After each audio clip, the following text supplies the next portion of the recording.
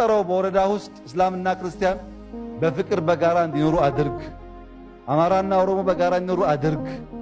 አድርገው እሱን ባንተ ከተማ፣ ባንተ ወረዳ፣ ባንተ ዞን አንዱ አንዱን እንዳይገፋ አድርግ። ያን ካደረክ ኢትዮጵያ ሰላም ሆነች ማለት ነው። ሐሳቡማ ልክ ነው፣ ግን ኑረው ስራው ዝም ብሎ መጣ ተቀመጠ ሄደ መሆን የለብህም።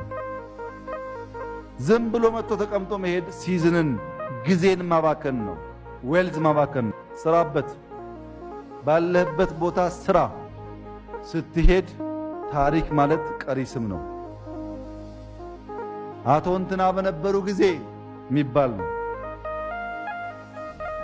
ወረዳም ይሁን ዞንም ይሁን ሚኒስትሪም ይሁን ሀገርም ይሁን ባለህበት ጊዜ ቁም ነገር የምትሰራ ሁን።